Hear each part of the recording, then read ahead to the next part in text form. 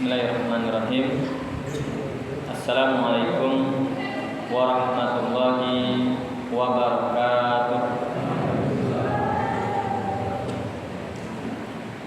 Alhamdulillah, alhamdulillahil wahidil qahhar, al-azizil jabbar, mukawwiril laili 'alan nahar, tabsiratan liulil qulubi wal absar, wa tadhkiratan lidzawil albabi wal i'tibar.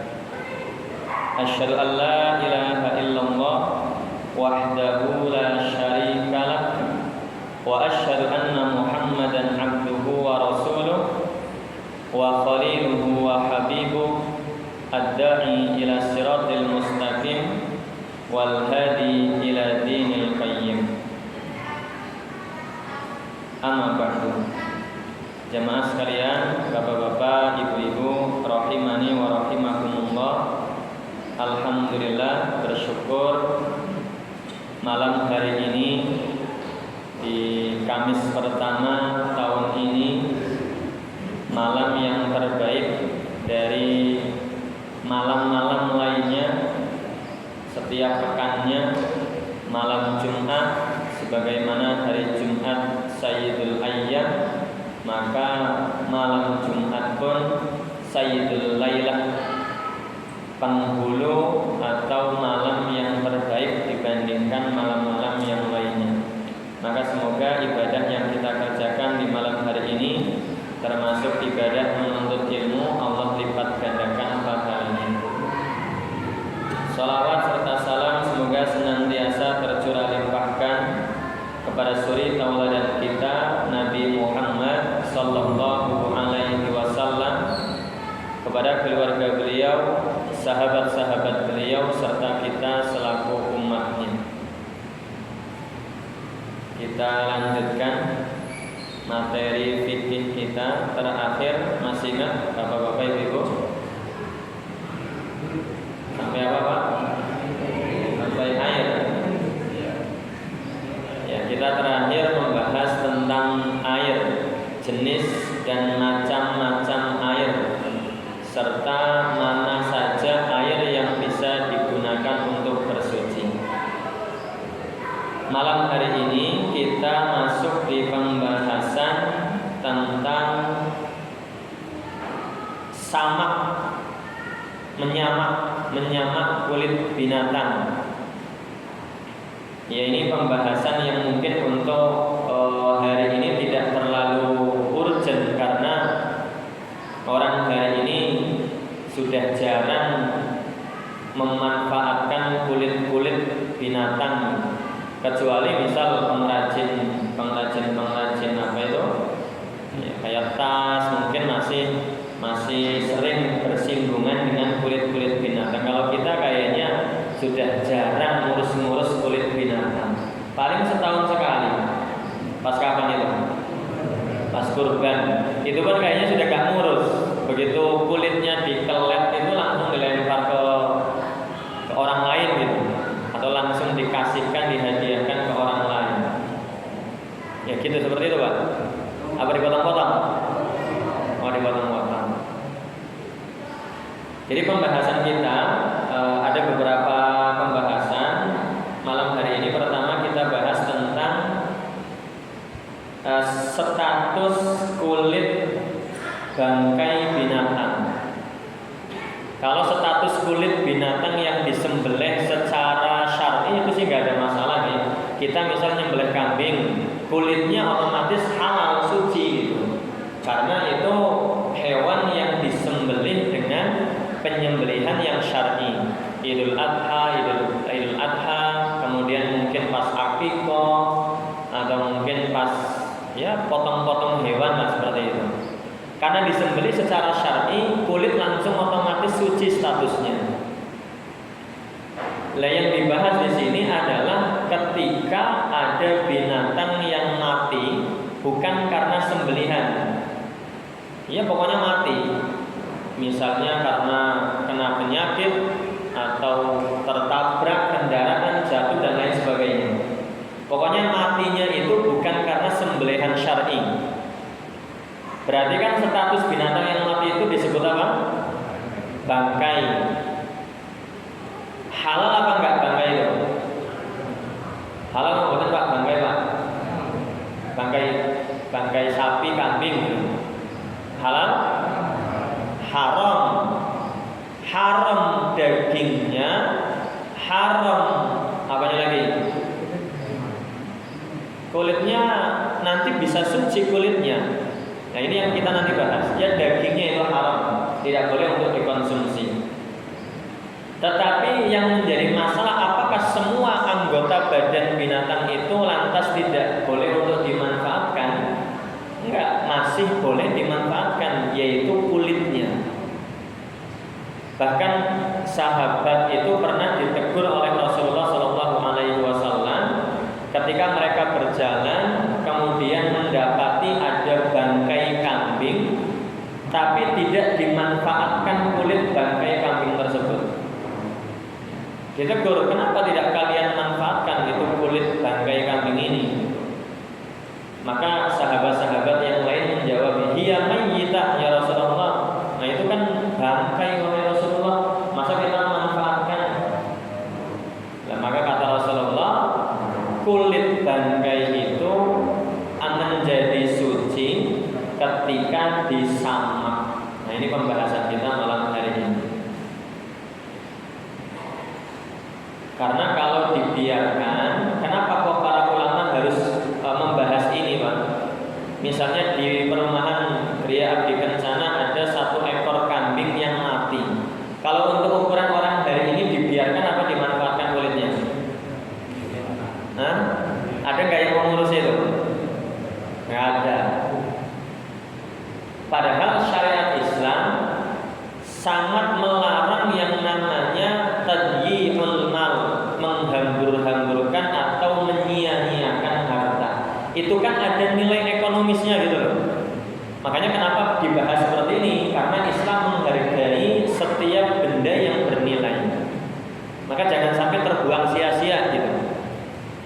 Ya contoh lain kayak gini, misalnya hadis yang menyatakan bahwasannya idza waqa'a dzubabu fi ina'i ahadikum, kalau ada lalat yang hinggap di minuman salah seorang di antara kalian, anjurannya apa Pak? Pernah dengar kok kira begitu? Pernah kan? Sering lah. Misal ini minuman terbuka, ada lalat yang menclok. Apa yang diperintahkan oleh Nabi untuk kita kerjakan? Apa Pak? Dicelupkan terus diminum. Lalatnya keminum juga nanti. Dicelupkan, lalatnya dibuang, airnya diminum. Kenapa perlu ada hadis-hadis seperti itu? Kalau kita hari ini kan ada lalat yang terus tinggal buang aja airnya kan gitu. Iya apa enggak? Kita kan enggak mikir-mikir yang repot-repot kayak gitu. Ngapain perlu dicelupkan, dibuang lalatnya? Sekalian aja buang airnya. Tetapi Islam itu sangat menghargai setiap benda yang bernilai, sehingga tidak ada pemeluk agama Islam yang tadyi'ul mal, menghambur-hamburkan, menyia-nyiakan harta. Kalau ukuran orang hari ini masih ada nggak yang mempraktekkan kayak gitu? Bapak-bapak, praktek apa enggak? Ayo. Hah? Aja segelas gitu, sebaskom aja langsung dibuang semua. Iya apa enggak? Padahal setiap tetes air itu akan Allah hisab. Iya kan, Ali bin Abi Thalib kan pernah ini sedikit cerita nih. Yang mulur-mulur sedikit kok apa-apa. Enggak harus terlebih buku nih. Ali bin Abi Thalib pernah mengatakan begini, wattaqud dunya, hati-hati terhadap dunia. Li'anna dunya, karena sesungguhnya dunia itu halaluha yuhasabu wa haramuha yu'adzabu. Hati-hati masalah dunia, karena yang namanya dunia, yang halal pasti akan dihisab semuanya, yang haram pasti akan diazab.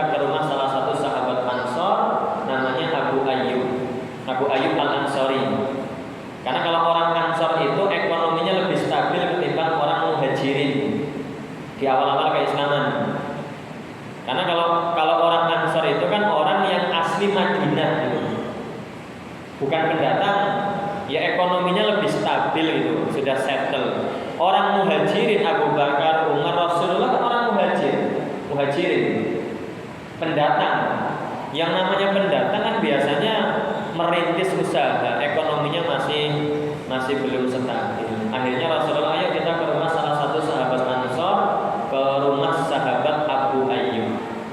Diajak ke situ, kemudian dihidangi makanan yang luar biasa, kurma rutab, kemudian dihidangi daging. Setelah makan kenyang, Rasulullah kemudian mengatakan hadis yang terkenal banget, terkenal bagi yang sering ngaji. Hadisnya apa? Hadisnya kata Rasulullah, walladzi nafsi biyadihi, demi zat yang jiwaku berada di genggamannya. Innakum latus'aluna an hadzal na'im, sesungguhnya kalian pasti akan ditanya tentang nikmat yang kalian makan siang hari ini. Daging yang kalian makan, kurma yang kalian makan, air yang kalian minum. Setelah mendengar kayak gitu, Abu Bakar itu kepengen memuntahkan lagi apa yang baru dimakan. Mending lapar daripada kenyang tapi hisapnya angel. Lah dari situ pensyarat kayak Imam An-Nawawi, seperti Imam An-Nawawi menyebutkan beberapa faedah, di antaranya kenapa Islam itu sangat menghargai yang namanya barang. Air segelas kan gak ada harganya untuk ukuran kita hari ini. Kulit bangkai binatang kan gak ada harganya. Tapi kenapa Islam syariatkan untuk dimanfaatkan? Karena semua itu akan dihisab. Air segelas ini dikira gak akan dihisab, Pak? Oh, dihisab ini. Mending jenengan yang gak minum. Ya, ustadznya minum segelas itu dihisab gitu. Dari mana dan untuk apa? Makanya ini disampaikan, ditulis karena Islam itu sangat menghargai barang-barang yang ada nilainya, termasuk kulit binatang yang mati bukan karena disembelih atau kulit bangkai. Baik, kita bahas hukumnya. Di sini diterangkan wa juludul maitati tatahuru bitibak. Kulit bangkai itu akan menjadi suci ketika disamak. Kulit bangkai itu menjadi suci ketika disamak. Paham ini? Jadi ada kambing atau sapi gitu lah. Misalnya sapi kena penyakit apa mati, tidak disembelih kan bangkai. Kulitnya bisa dimanfaatkan nggak? Bisa. Emang kalau nggak dimanfaatkan, ada nilai ekonomisnya, bisa laku berapa ratus itu, lumayan lah pokoknya. Maka dianjurkan untuk dimanfaatkan. Lah pertanyaannya, samak itu kayak apa, Pak? Menyamak itu kayak apa? Ada yang pernah menyamak kulit? Pak Teguh mungkin? Menyamak itu apa maksudnya? Apa? Dibakar? Dijemur? Apa lagi? Saya ambilkan penjelasan dari kitab Fathul Qorib Al-Mujib Bisyarh At-Taqrib. Maksud dari menyamak itu, menyamak kulit binatang adalah ayyan zi'a fudulal jildi mimma ya'fanuhu min damin wa nahwi. Jadi yang maksudnya menyamak itu membersihkan kulit dari daging-daging yang nempel. Ketika jenengan ngelet kulit binatang itu kan otomatis ada daging-daging yang terbawa, nempel di kulit. Kalau memang binatang itu disembelih secara syar'i, kulitnya sih tetap halal, tetap suci. Tapi yang kita samak ini kan kulit bangkai. Maka kulit itu menjadi suci ketika dibersihkan fudul kelebihan daging yang nempel, sisa-sisa daging yang nempel itu suci. Nah, ketika sudah suci bisa dimanfaatkan untuk apa? Biasanya kulit. Ya apalah gitu ya. Apalah terserah. Bahkan di dalam mazhab Syafi'iyah itu bisa dimanfaatkan untuk konsumsi. Bisa setelah disamak. Kan bangkai Ustaz. Yang diharamkan dari bangkai adalah dagingnya. Tetapi kulitnya menjadi suci setelah disamak. Ya. Ini bisa dipahami. Tapi mana ada yang mau makan gitu, kulit binatang yang hidup saja kayaknya, yang disembelih secara syar'i saja kayaknya ogah-ogahan gitu, apalagi bangkai. Cuma dibahas dalam fikih itu kalau ini terjadi. Dan ini kan mana terjadi? Barangkali mungkin ada yang pernah membaca sejarah perang Khandaq gitu. Pernah dengar perang Khandaq, Pak? Perang Khandaq itu perang parit di mana pasukan kaum muslimin itu dikepung oleh pasukan sekutu. Untuk menghindari serangan musuh kan kaum muslimin membuat parit besar banget. Ya. Kalau misalnya ke Mekah Madinah itu mungkin di ke Madinah itu kalau pas umrah itu ada jejak-jejak bekas-bekasnya seperti itu. Mana Khandaq ketika dulu kaum muslimin dikepung saat perang Khandaq ya, atau perang Ahzab. Lah ketika perang Khandaq itu kan kaum muslimin diembargo, dikepung dari sekeliling penjuru kota Madinah, nggak bisa ada suplai makanan yang masuk. Oh, kelaparan, kekurangan pangan, sampai Rasulullah cerita bahwasanya Rasulullah kelaparan sampai batu dibentingkan ke perut beliau. Itu kan pas perang Khandaq. Ada kisah menarik ketika perang Khandaq, saat malam-malam cuaca dingin, kurang konsumsi, sahabat-sahabat mengeluh kepada Rasulullah, ya Rasulullah, tidaklah engkau berdoa untuk kami, untuk kita, kemenangan untuk kita. Kita ini sudah dilanda rasa takut mencekam luar biasa, dilanda kekurangan pangan.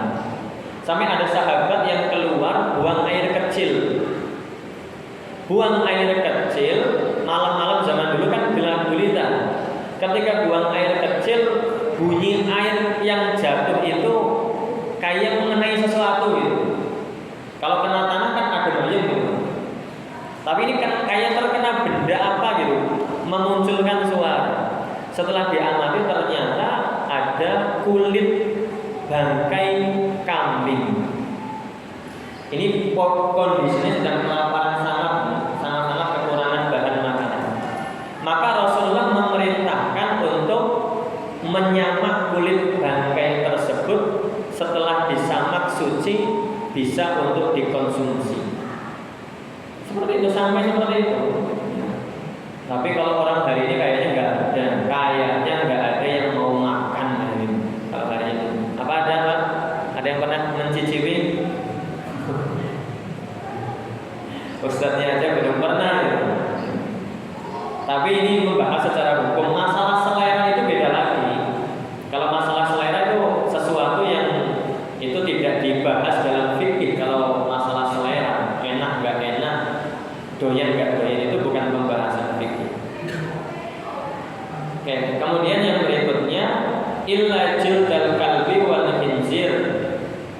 Jadi kulit binatang itu menjadi suci ketika disamak, kecuali kulit, kecuali kulit anjing dan kulit babi. Itu tidak akan pernah suci selama-lamanya meskipun disamak. Bahkan kalau toh disembelih secara syar'i, itu pun tidak akan pernah suci. Misal gitu loh, misalnya disembelih secara syar'i, membaca bismillah, menghadap kiblat, dimiringkan gitu, itu nggak akan pernah menjadi suci. Ini permisalan gitu ya, permisalan. Karena dibahas di fikih-fikih itu dibahas. Ya. Yang hidup saja itu nggak akan suci, apalagi yang bangkai anjing, bangkai babi itu nggak mungkin bisa suci. Najis apa enggak anjing itu ketika hidup? Najis apa enggak? Najis enggak Pak? Najis, yakin? Ya kalau jumhur ulama ya yakin. badan anjing itu semuanya najis menurut pendapat jumhur. Tapi jangan heran kalau suatu saat dengar ada yang mengatakan nggak najis lah badan anjing itu. Makanya pernah video viral di YouTube itu ada seorang muslimah, bahkan muslimah yang terlihat pakaiannya syar'i, bernikab juga ya, pelihara anjing banyak banget. Pernah lihat nggak videonya itu? Yang ramai, belum lama ramai itu. Nggak lihat? Masih ada di media-media sosial itu masih ada. Jadi seorang wanita itu dekat dengan anjing. Maksudnya anjing itu lalu lalang, kemudian sering mendekat ke wanita tersebut. Muncul polemik, muncul pro kontra. Masa muslimah pakaiannya syar'i, sudah berhijab menutup aurat tapi dekat-dekat dengan anjing. Nah, muncul pembahasan menurut para ulama. Ini biar kita terbuka ya. Kalau jumhur najis, saya berkeyakinan itu najis. Tetapi di dalam mazhab Malikiyah pendirinya adalah Imam Malik bin Anas, guru dari Imam Muhammad bin Idris Asy-Syafi'i. Yang najis itu air liurnya. Yang najis itu air liurnya. Maka ketika anjing itu dalam kondisi kering badannya, tidak basah, itu dihukuminya tidak najis dalam mazhab Malikiyah. Pernah dengar gitu biar gak kagetan gitu. Tapi kalau basah, sepakat ulama itu najis karena kayaknya terkena air liurnya. Tapi kalau kering, nah itu yang menurut mazhab Malikiyah itu ada yang mengatakan tidak najis seperti itu. Wallahu ta'ala a'lam. Oke, kemudian yang berikutnya di sini diterangkan wa ma tawallada minhuma aw min ahadihima, termasuk binatang yang lahir dari salah satu hewan tersebut. Anjing selingkuh dengan kambing misalnya, melahirkan anak, itu kan keturunan antara kambing dan anjing. Dalam fikih itu dibahas masalah-masalah kayak gitu Pak. Dalam mazhab Syafi'i itu permasalahan yang kayaknya itu nggak masuk akal itu dibahas. Ya, ini fikih pengandaian, seandainya terjadi bagaimana? Ada apa enggak ini? Enggak ada ya. Anjing selingkuh dengan kambing enggak ada. Yang ada itu menantu selingkuh dengan mertua, itu enggak ada. Gitu ya. Di sana enggak Pak? Di Purbalingga insya Allah enggak ada. Hah? Kayaknya enggak ada. Bos nonton itu enggak ada. Kalau ada yang kebangetan. Saya dengar kayak gitu miris banget. Ya Allah, kok ada. Ya, kalau kita itu kan dengar hadis Nabi, ayat tiya rajulu ummahu, seorang anak menzinai ibunya, itu kan mana mungkin ada kayak gitu loh. Tapi ya toh beneran ada lah, kalau di dunia ini tetap ada aja gitu. Meskipun mertua itu kan ibu. Mertua itu mahram mu'abbadan, selama-lamanya mertua itu mahram. Kalau istri suami bisa mantan istri, mantan suami, ketika sudah jadi mantan bukan mahram lagi. Tapi mertua sampai mati meskipun anaknya sudah diceraikan itu tetap mahram. Makanya mahram mu'abbadan. Kok bisa menantu yang makan mertuanya? Atau mertua makan menantunya nggak tahu juga, nggak komen-komen. Misal ada hewan keturunan dari salah satunya binatang halal, salah satunya binatang haram, ini tetap keturunannya dihukumi najis menurut jumhur mayoritas ulama. Oke. Selanjutnya wa'admul maitati wa sya'ruha najisun illal adamiyyu, dan tulang serta bulu bangkai binatang semuanya dihukumi najis. Bangkai Pak, bulunya bukan kulitnya. Kalau tadi yang suci itu kulit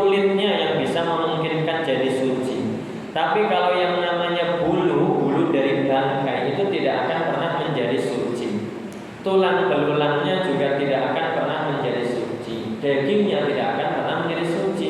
Yang bisa menjadi suci hanya kulitnya, kulit bangkai.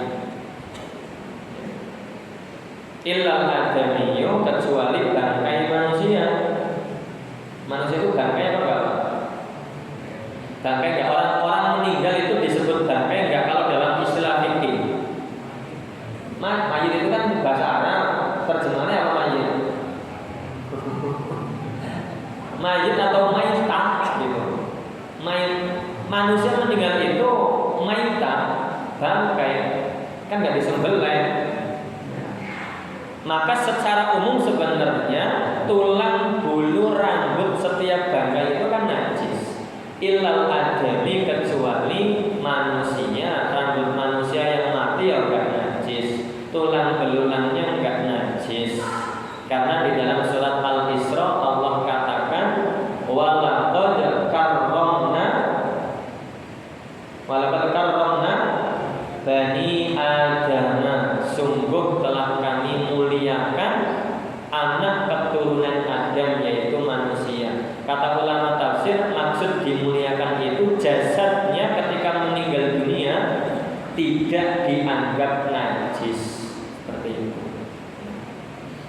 Ya, kok ada yang menganggap najis bangkai manusia yang suci. Baik, seperti itu. Ini terkait sama menyamak. Jelas ya? Tidak ada yang melakukan, bukan praktisi tukang samak ya, insya Allah jelas. Selanjutnya di sini kita membahas, pembahasan berikutnya adalah tentang pemakaian bejana yang terbuat dari emas dan perak. Kayaknya untuk orang hari ini pun sudah jarang yang menggunakan, atau enggak ada yang menggunakan. Ada yang punya gelas emas apa enggak Pak di rumah? Kalau ngopi itu gelasnya emas gitu. Hah? Plastik ya. Gelasnya perak ada enggak? Ada. Itu stainless paling banter.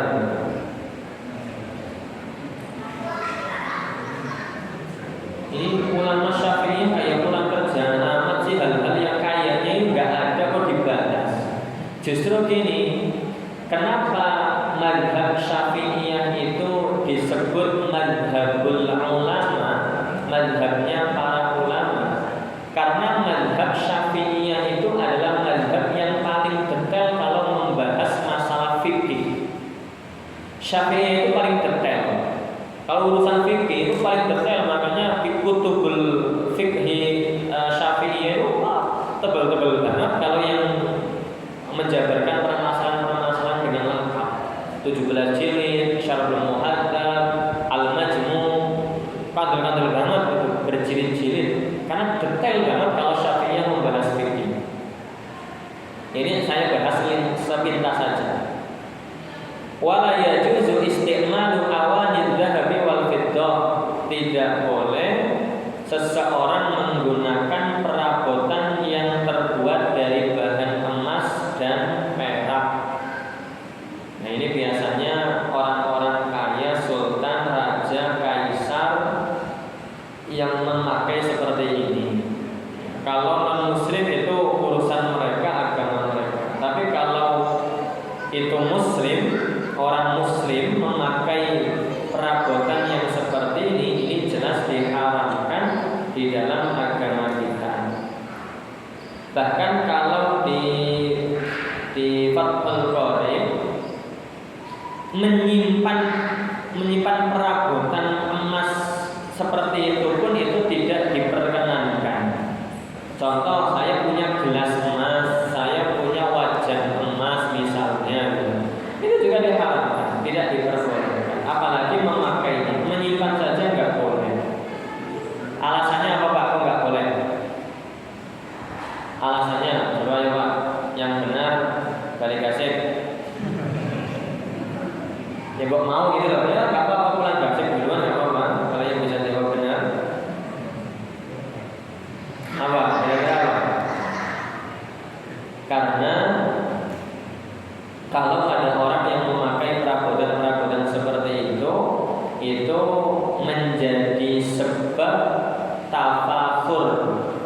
wa ta'ali, menjadi sebab orang berbangga-bangga dan menyombongkan diri, makanya tidak diperbolehkan. Menurut sebagian ulama, karena benda-benda itu menjadi perhiasan penghuni surga, maka di dunia diharamkan untuk menjadi simpanan nanti di surga. Karena hal-hal yang dilarang di dunia kan nanti ketemu di akhirat, di surga. Kan gitu ya? Gini kan? Apa yang diharamkan untuk kita pakai, kita makan, itu kan menjadi simpanan kita di akhirat. Tidak boleh memakai emas, tidak boleh memakai bejana emas, perak, karena gelas-gelas nanti di surga itu kan disifati juga ada gelas-gelas dari emas dan perak. Kenapa orang muslim diharamkan minum khamr di dunia? Karena khamr menjadi minumannya penduduk surga nanti di akhirat. Kan gitu. Baru dengar apa? Baru dengar apa? Masa sih? Darahnya Ustaz ini marah nih Ustaz. Ngaco ya. Masa penduduk surga minum khamr? Ya minum khamr. Orang percaya ya takut Ustaz ini. Memang khamr itu kan menjadi minumannya penduduk surga. Tapi jangan dibayangkan khamrnya penduduk surga peci miring, apalagi anggur hitam, enggak beda lah. Namanya kok yang sama, wujud dan hakikatnya ya jelas berbeda. Tapi ya itu salah satu hikmahnya. Apa yang diharapkan untuk kita nikmati di dunia itu menjadi simpanan bagi kita di surganya Allah. Seperti itu. Wa yajuzu isti'malu ghairihima minal awani, dan boleh memakai perabotan-perabotan selain emas dan perak. Seperti itu. Ini tidak saya bahas panjang lebar karena jarang kita temui di kehidupan kita. Oke, terakhir untuk pertemuan hari ini, terakhir pembahasan tentang siwak. Siwak itu apa? Gosok gigi. Tapi gosok gigi dengan menggunakan media tertentu. Ya kayu siwak lah, insya Allah semuanya pernah nih. Pernah bersiwak atau buatan? Ada yang belum pernah sama sekali merasakan siwak? Siwak asli siwak gitu loh. Ada yang belum pernah? Itu termasuk sunnah ya Pak. Jadi kalau bisa setiap sunnah yang pernah dikerjakan oleh Nabi minimal sekali lah seumur hidup kita pernah mengerjakan. Ini yang pernah disampaikan oleh Imam Ahmad bin Hanbal. Imam Ahmad bin Hanbal hafal 1 juta hadis. Sejuta hadis itu bukan cuma hadisnya tok, tapi perawi-perawinya hafal juga. An fulan bin fulan, dari fulan bin fulan, dari fulan bin fulan, dari fulan bin fulan, dari fulan bin fulan, dari Rasulullah SAW. Hafal itu 1 juta hadis. Dan kata beliau sendiri, tidaklah hadis yang saya riwayatkan kecuali sudah saya amalkan. 1 juta hadis tidak ada yang belum diamalkan oleh Imam Ahmad.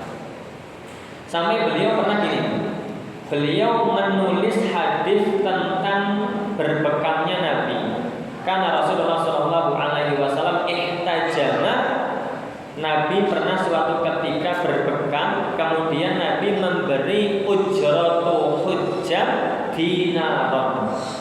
Kemudian Nabi setelah dibekal, beliau memberi bayaran tukang bekalnya 1 dinar. 1 dinar itu berapa? Bu, ini lagi bener apa? Karena suaranya kan mau Bu. Wonten Bu? 1 dinar berapa Bu? 1 dinar berapa? 1 dinar itu 4/4 gram emas. Itu 1 dinar. Itu mata uang Islam dulu. Mata uang Islam ya dulu ya dinar dan dirham, emas dan perak. Bahkan belum lama kan di Bogor ada pasar syariah apa ya, yang mengembalikan transaksinya dengan dinar dirham. Pernah dengar nama itu? Jadi semua transaksi itu dengan dinar dan dirham. Meskipun ujung-ujungnya disikat maksudnya nggak boleh gitu, karena merugikan rupiah nanti kalau misalnya orang-orang itu makanya dinar dan dirham. Ada sekolah di Banyumas Raya, ada sekolah yang SPP-nya bukan rupiah tapi dinar dirham. Itu kan ada, ya. Mungkin ada putra-putrinya yang sekolah di lembaga tersebut dinar dan dirham. Nah, pernah suatu ketika Nabi berbekam, kemudian Nabi memberi upah tukang bekamnya 1 dinar. 1 dinar 4/4 gram emas. Murah-murahnya emas 500.000 segramnya. Berarti berapa juta itu? 2.500.000 lah, gampangnya gitulah. Yang katakan 2.500.000. Nabi berbekam bayar sedinar. Ada yang mau praktek kayak gitu apa enggak? Biar saya jadi tukang bekamnya gitu. Tapi Imam Ahmad bin Hanbal ketika meriwayatkan hadis ini, beliau langsung praktekkan.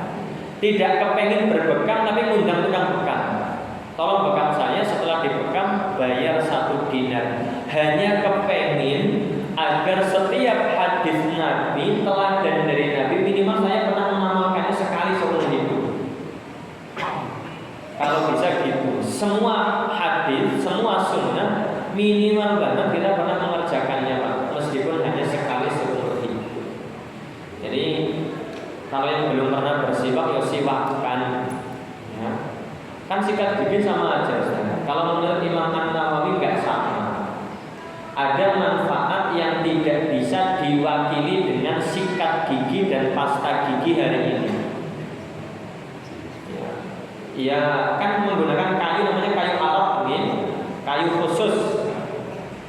Itu ada manfaat yang tidak bisa digantikan oleh sikat gigi maupun pasta gigi hari ini. Ya meskipun kalau berbicara repot ya repot kayak gitu.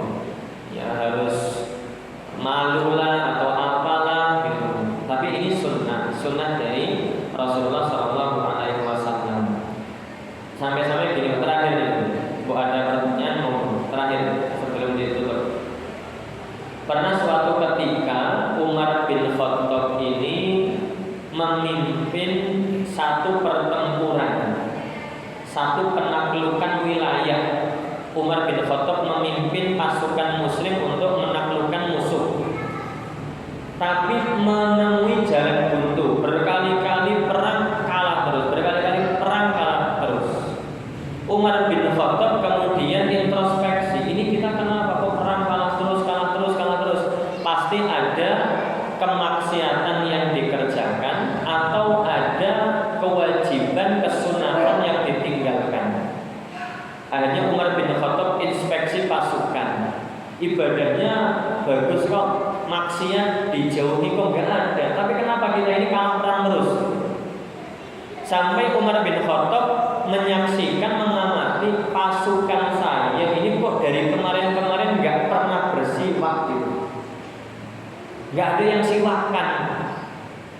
Lah Umar bin Khattab menyimpulkan inilah yang menyebabkan kekalahan di tubuh kaum muslim. Akhirnya Umar bin Khattab lantas langsung memerintahkan pasukannya, sekarang ambil batang kayu apapun, siwakan semuanya.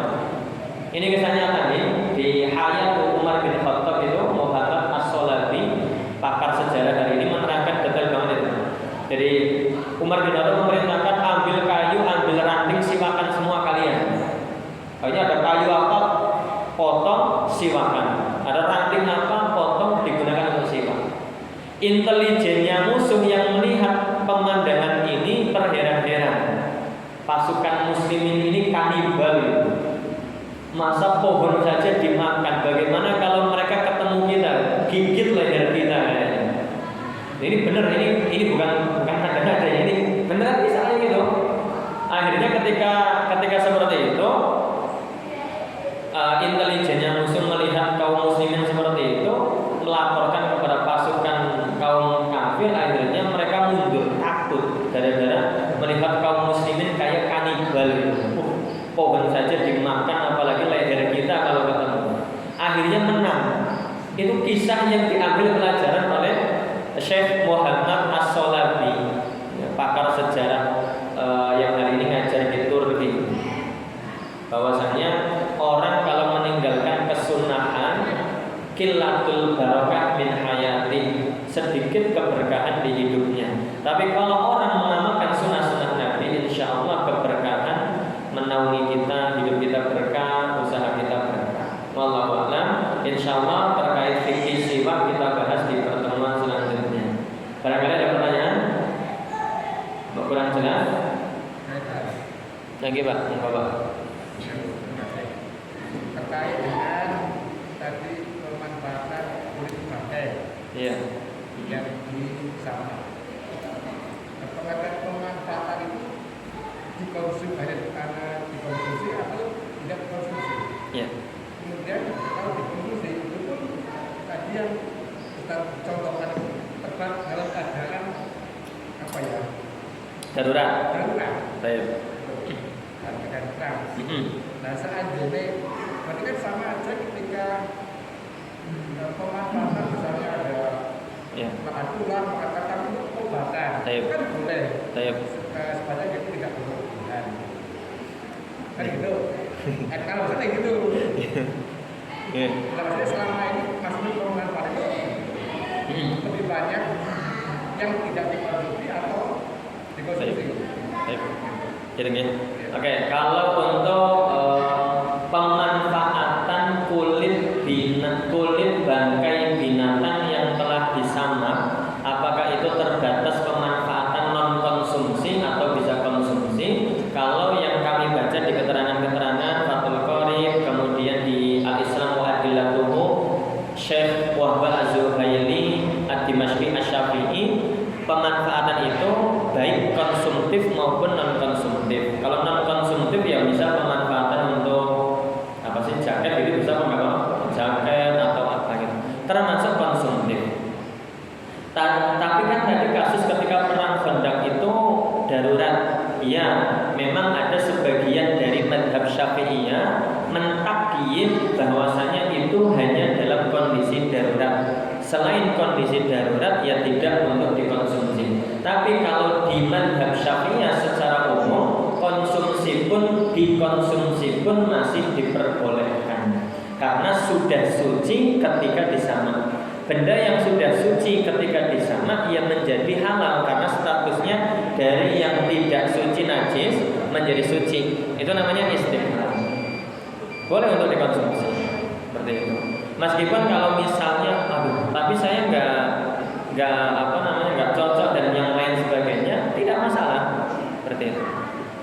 Kemudian tadi ada sedikit pernyataan, misalnya sebagaimana kita berobat, kita boleh berobat dengan ular, berobat dengan apa Pak? Ya, kampret, tokek, ya kalau jengking atau apa gitu misalnya, selama tidak berlebihan. Mungkin yang lebih tepat adalah boleh ketika kondisinya darurat dan tidak didapati obat selainnya. Itu iya, itu diperbolehkan. Namun ketika didapati obat selainnya, maka obat yang itu berasal dari sesuatu yang mohon maaf haram tentu tidak diperkenankan karena tarafnya itu belum darurat. Darurat, bedakan antara darurat dan hajat. Darurat itu kondisi yang mengancam jiwa. Ya. Jadi kalau dalam Fathul Qorib ini darurat itu adalah mukhafatan an halaki nafsi. Mukhafatan takut an halak dari hancurnya binasanya diri. Maksudnya meninggalnya diri. Kalau saya enggak meminum obat itu mati. Boleh untuk mengkonsumsi obat meskipun itu bermasalah sumbernya. Tapi kalau ada obat yang sumbernya ada sumber lain gitu, ada obat lain yang halal, maka yang haram belum diperbolehkan. Seperti itu. Wallahu a'lam. Gitu Pak? Ya, nggak apa-apa ini maksudnya kenapa nggak apa-apa? Kalau nggak apa-apa sih nggak apa-apa. Saya jam 8 ya nggak apa-apa. Tadi mengenai yang pakai yang di sana. Iya. Pemanfaatan daging. Pemanfaatan daging apa Pak? Bangkai. Daging bangkai. Kalau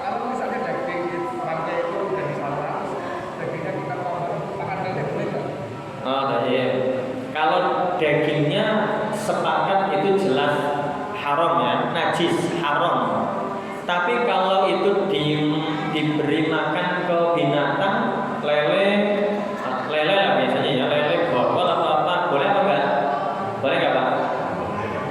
Boleh, hukumnya boleh. Tapi hewan yang diberi makan bangkai seperti itu, najis seperti itu, status binatangnya menjadi binatang jalalah, bukan jalalah ya. Kalau jalalah itu lafal Allah itu jalalah, Allah itu lafzul jalalah. Tapi kalau binatang yang mengkonsumsi pakan najis, jalalah. Lele dikasih makan bangkai ayam, tikus, terus ini kadang-kadang apa? Kotoran manusia nih, kan kadang-kadang ada. Boleh nggak lele dikasih makan kotoran manusia? Malah memang sengaja bapak-bapak gitu, ya. Cepat gede dan protein tinggi gitu misalnya. Boleh apa enggak? Boleh saja. Tetapi status binatang yang memakan najis berubah jadi hewan jalalah. Apakah hewan jalalah boleh dikonsumsi? Boleh apa enggak? Boleh apa enggak? Di dalam kitab Bulughul Maram karangan Imam Ibnu Hajar Al-Asqalani itu diterangkan terkait hewan jalalah. Hewan jalalah, hewan yang mengkonsumsi benda najis, ya, bangkai, kotoran manusia dan lain sebagainya, tetap bisa dikonsumsi setelah dikarantina berdasarkan pendapatnya sahabat Ibnu Abbas. Hanya ada perbedaan karantinanya berapa lama. Ada yang mentakyid salah satu ayam 3 hari. Jadi tadinya kolam yang kolam asal gitu. Sebelum dikonsumsi pindah ke kolam apa? Kolam inilah apa namanya itu karantina gitu lah. Karantina dulu 3 hari 3 malam boleh dimakan. Bahkan ada pendapat yang mengatakan arba'ina yauman 40 hari. Silakan kering maning lelenya itu. Ya seneng maning lelenya. Di karantina 40 hari kurus lagi. Bahkan ada yang mengatakan yang penting aromanya itu sudah hilang. Maksudnya kalau menimbulkan aroma, sekiranya aroma itu sudah tidak berbekas, diperbolehkan. Ya, jadi umumnya kayak gitu. Gak apa-apa dagingnya kasih ke lele, ke gerame, bawang, gak apa-apa. Cuma nantinya ikan tersebut sebelum dikonsumsi diperlakukan seperti tadi penjelasan ulama. Gitu Pak? Cukup ya? Insya Allah dilanjutkan di pertemuan yang akan datang. Biasanya kalau saya kajian fikih karena waktu maghrib isya itu terbatas, kalau ada pertanyaan tidak apa-apa sebelum majelis dimulai gitu. Sebelum menyampaikan materi, pertanyaan pekan kemarin apa yang kurang jelas silakan ditanyakan, tidak masalah. Karena kalau di ujung biasanya waktunya yang mepet gitu. Ya kalau